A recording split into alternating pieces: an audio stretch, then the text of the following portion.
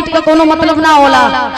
बाहर माई 9 महीना अपने गर्भ में खून पसीना कतरा कतरा से सींचेली, सींच के इतना लंबा समय काट के जन्म देवेली, वो असली है। असहनीय दुख के झेल के, पीड़ा के झेल के आ जन्म दे के पाल पोस के इतना बड़ा करेली, निस्वार्थ, तनी बातचीत कम होके। कहा गया है कि मां से बढ़कर के दुनिया में कोई देवी नहीं और पिता से बढ़कर के कोई देवता नहीं, और बिना गुरु का ज्ञान कैसा।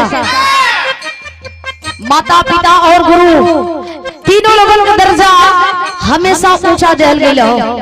आ जब घर में माई बाबू ना खुश रही तो दुनिया के कोनो देवी देवता के जाके चरण पखार रही बा तो कहीं सुख चैन ना मिली।